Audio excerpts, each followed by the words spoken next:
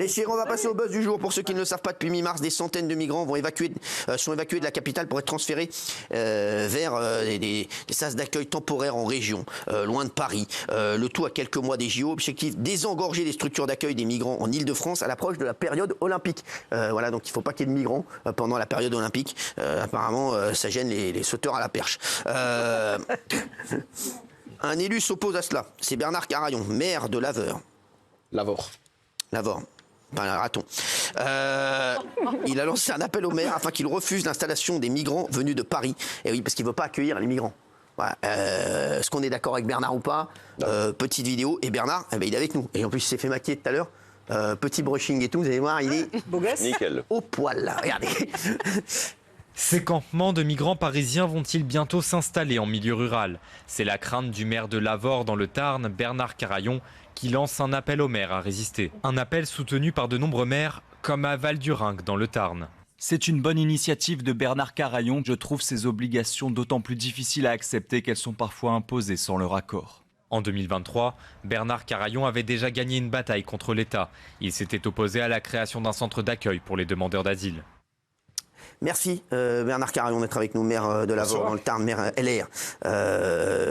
Donc les Républicains, bien entendu. Pourquoi vous refusez les migrants, que les migrants soient répartis, vous?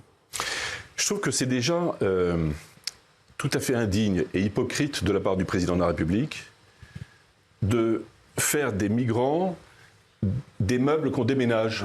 Voilà.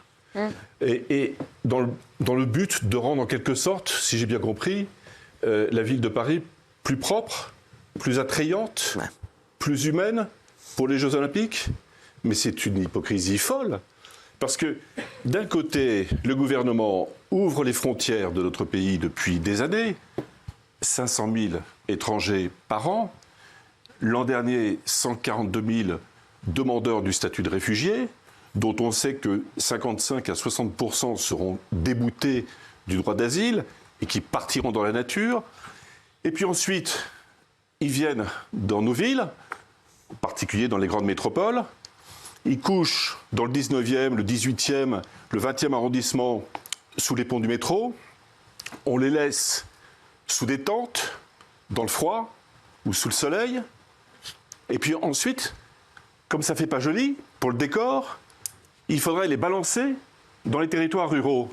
Mais je vais vous dire, nous, dans nos villes, dans nos petites villes, du Tarn, du Cantal, de l'Ille-et-Vilaine, des départements ruraux en général, on ne veut pas vivre la vie des cités. Avant de vouloir nous transférer un problème que le gouvernement ne parvient pas à résoudre, qu'il règle déjà le problème des cités, qu'il rétablisse l'ordre public, la sécurité et la tranquillité dans des villes où les filles ne peuvent pas sortir seules, où elles ne peuvent pas aller au café, à la terrasse des cafés, sans leur frère ou leur père, où la djellaba est de rigueur, où le contrôle sur faciès et de rigueur pour le contrôle des trafiquants de drogue s'exerce dans les cités, mais on ne veut pas vivre ça.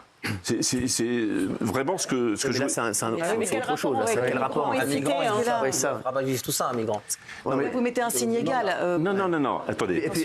Je n'ai jamais entendu de ville ou de cité où on doit porter la djellaba. Non, mais il parle de civilisationnel à venir. Je parle par exemple des villes de la Seine-Saint-Denis. Enfin, je ne sais pas si vous êtes allé, par exemple, à Saint-Denis récemment. Si vous voulez aller visiter la basilique du Roi de France, c'est un bon moyen pour voir l'évolution de cette ville et de ce département. Mais je suis désolé, on n'a pas envie de vivre ça. Bon. Mais il n'y a pas de rapport. Vous confondez tout, je crois. Mais là, vous mélangez un peu les sujets, pardonnez-moi, parce que là, vous évoquez à la fois les migrants, puis vous évoquez les populations qui sont issues de l'immigration dans les cités, et vous faites un signe égal entre les deux, tout en reliant tout cela, en disant qu'elles sont vecteurs d'insécurité. Moi, je crois que vous faites une sorte de gloubi-boulga, pardonnez-moi. J'étais d'accord avec votre première partie de discours, lorsque vous expliquiez effectivement que ce ne sont pas des biens meubles qu'on déplace comme ça et dont on se débarrasse. Votre seconde partie de discours, en revanche, m'interroge. Non, ce que je voulais vous dire... Je n'ai jamais voulu dire que tous les étrangers étaient des délinquants. Je dis simplement que la majorité aujourd'hui des délinquants sont des étrangers. C'est ça la réalité. Écoutez, même le président... Dans les cités, c'est des Français. Non, là, il parle des migrants qui pourraient arriver en nombre. Il n'y a pas que des Français.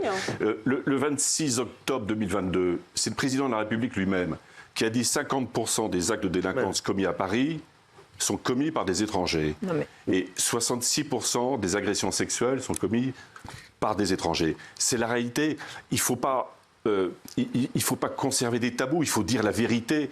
Si on veut éviter la haine, si on veut éviter les discriminations, si on veut éviter le racisme et des réactions xénophobes, il faut dire la vérité et il faut traiter les problèmes au fond et non pas se cacher toujours derrière les mirages de la bien-pensance. Moi, je suis assez d'accord avec Bernard Carayon. Je crois que vous êtes maire d'une commune de 10 000 habitants dans le Tarn.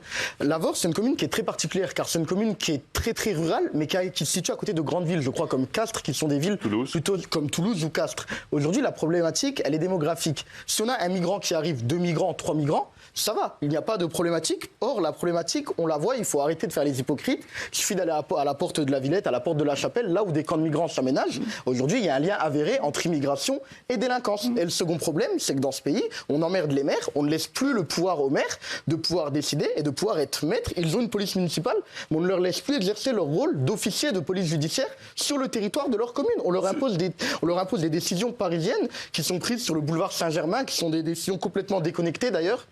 C'est intéressant ce qu'il dit. C'est très juste. Je sais. Effectivement. Je sais, il a dit. J'adore ce mec. Non, c'est très juste. C'est vrai que la décision qui a été prise par le président et par le gouvernement reflète une déconnexion totale de la réalité.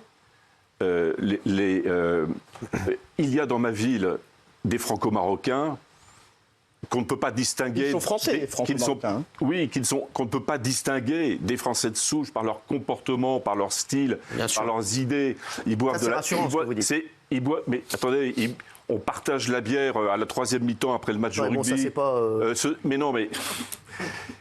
Non, on ne partage pas de bière, mais on y a des amis formidables. La question ne se pose pas là. Le problème se pose lorsque l'on transfère de manière arbitraire des étrangers qui n'ont pas les codes nationaux, qui n'ont pas les codes culturels, qui n'ont pas les codes vestimentaires, dans des villes où on veut conserver des habitudes classiques, un mode de vie classique. Voilà. Oui, Guillaume. Et je pense que vous vous sentez aussi méprisé par les grandes villes et par le gouvernement qui prennent leurs problèmes et qui se servent de vous un peu comme une poubelle pour mettre vos problèmes dans les campagnes où il y a beaucoup moins de problèmes et ils se servent de ça pour faire effectivement un effet carte postale avant les JO et nettoyer Paris juste pour faire un joli pour la photo. Mais est-ce que vous vous sentez méprisé, vous, en tant que maire d'une petite ville ? Je n'emploierai pas le mot de poubelle parce qu'il ne serait pas décent. Mais c'est eux leur vision. Oui, je comprends. Mais ce ne serait pas décent sur ce sujet. Vous savez, c'est un sujet où on est sur une ligne de crête. Entre fermeté et charité. C'est pas simple. C'est pas simple à traiter. Chaque personne humaine a droit au respect.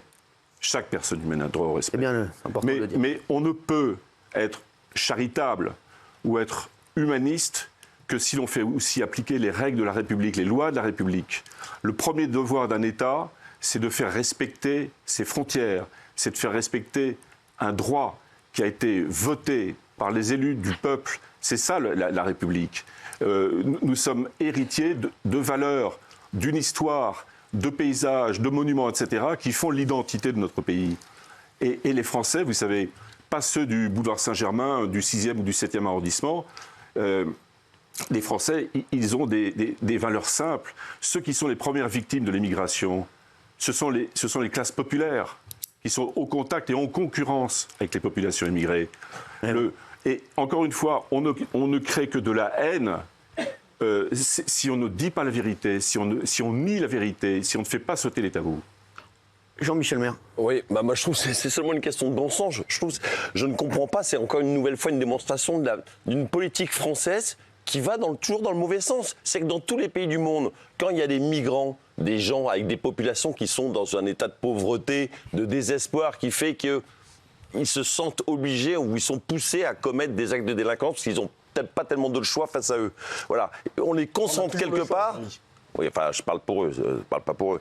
Voilà, mais on les a, pour l'instant, on les avait concentrés dans certains endroits, et là, qu'est-ce qu'on se dit? Tiens, on va les prendre et on va les disséminer dans toute la France, dans les endroits où il n'y avait pas de problème. On fait que mettre un coup de ventilateur sur des populations qui, malheureusement, sont... Oui, j'ai compris, oui, merci. Finissez. Non, mais je vous laisse terminer. C'est sous un tunnel ou quoi? Non, voilà, je vois pas l'intérêt de donner un coup de pied à la fourmilière pour qu'il y ait des problèmes partout.